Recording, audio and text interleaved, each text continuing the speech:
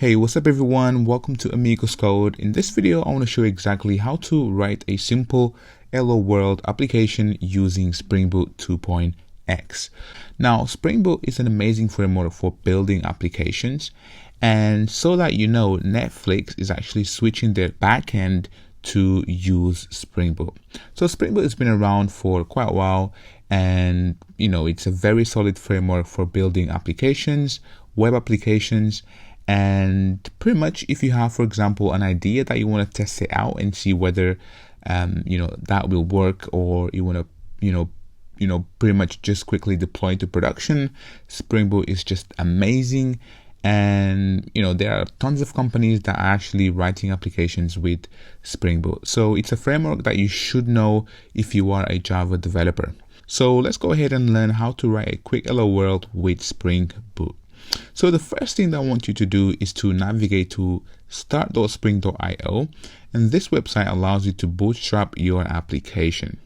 So you can see right here, you can generate a project with Maven or Gradle, and also you can pick Java, Kotlin, or Groovy. So I'm going to go ahead and stick with Java, and then the version right here, you can see that the current one is the 2.1.2, and pretty much just pick anything above 2.x, and that way you will have no issues following along with this video.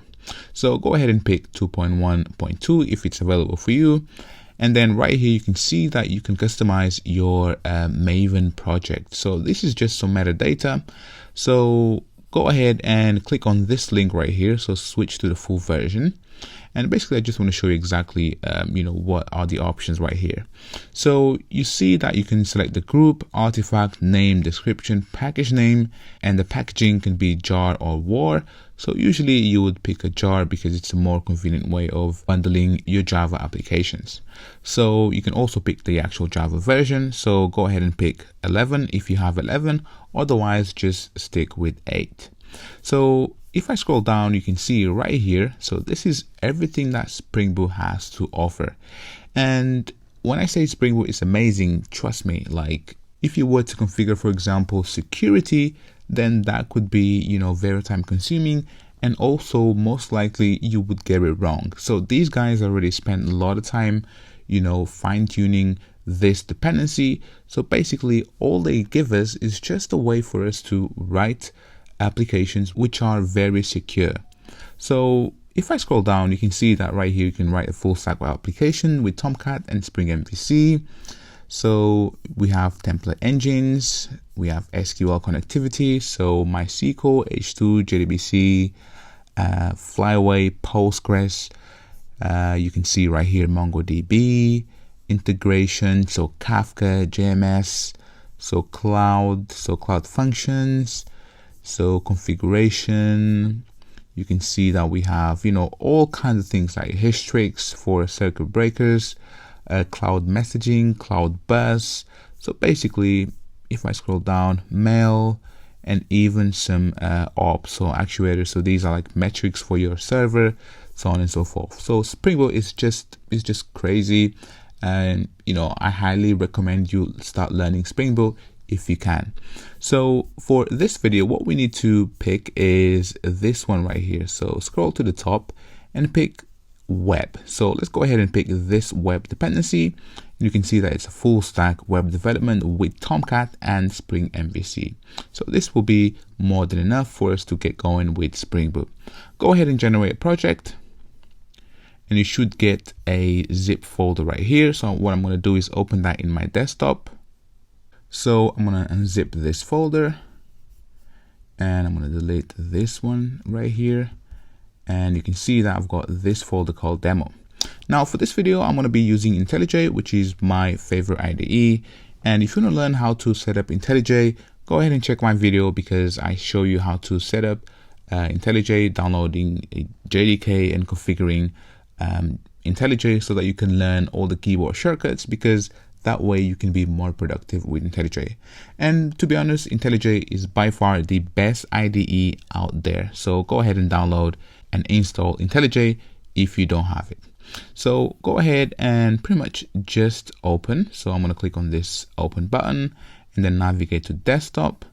and then go ahead and open up demo, and inside you should see a pom.xml. So I'm going to click open and then as project. There we go. So now it's resolving all the dependencies. So because we're using Maven, so it's just downloading all the dependencies. Now let me go ahead and show you exactly what we have in this demo folder. So if I expand this folder right here, you can see that we have a few things going on. We have the pom.xml. So if I open that up, and this is pretty much just the metadata that we configured when we were setting up the project. And right here, you can see that we have two dependencies. So the Spring Boot Starter Web, so this is what we've picked. And by default, Spring Boot ships with Spring Boot Starter Test. And this is for writing integration tests and unit tests, so which is pretty cool. And then what we have here is source. So inside of source, we have main, Java, and then resources. And also we have tests. So if I open that up, you can see that we have one class which is empty, and basically it's just a class with some annotations for writing integration tests with Spring Boot. So go ahead and pretty much just open Java, and then right here you can see that com.example.demo. So this is the actual package name that was defined in the Spring initializer. So if I open that up, you can see that this was the actual package. So com.example and then demo. So if I go back to IntelliJ, you can see that inside of this main package right here, we have this demo application. So right here, so this class right here, so this is how Spring Boot applications get initialized. So basically this Spring application.run pretty much just runs your application, and then pretty much whatever code you have, then that will pick it up and make it available for your application. Or if you have like HTTP resources or endpoints, all of that will be configured without you having to do anything.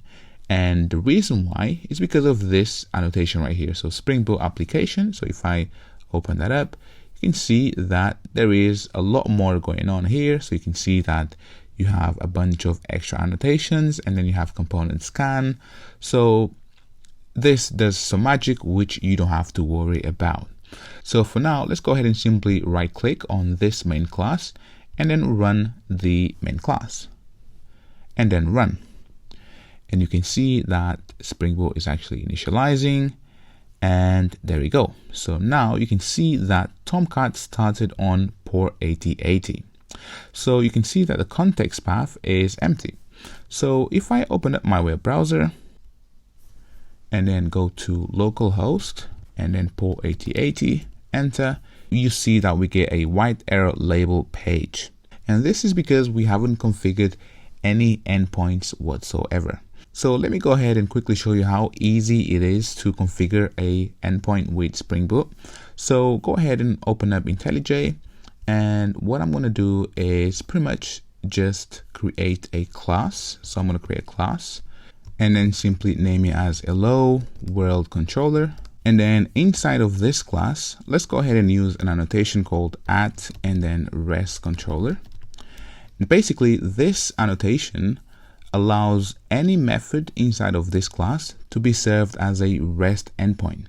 And this means that any client that you may have, i.e. a client could be an iOS app, a React application, or an Android app, could actually consume all the endpoints defined in this class.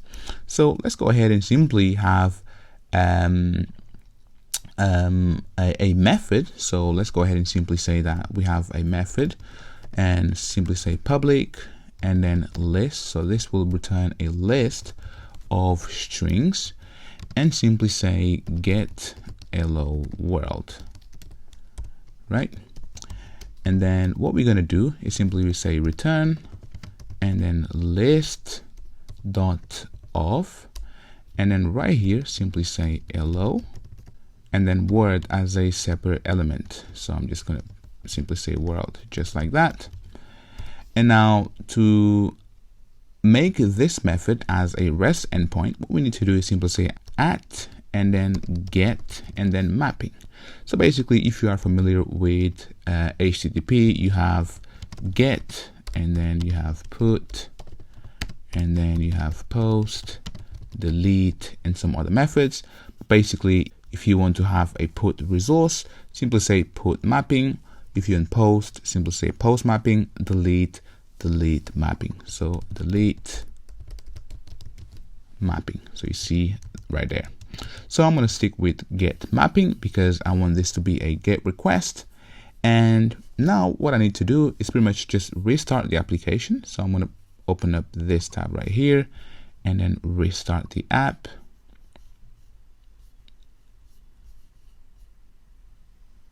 There we go. So now if I open up my web browser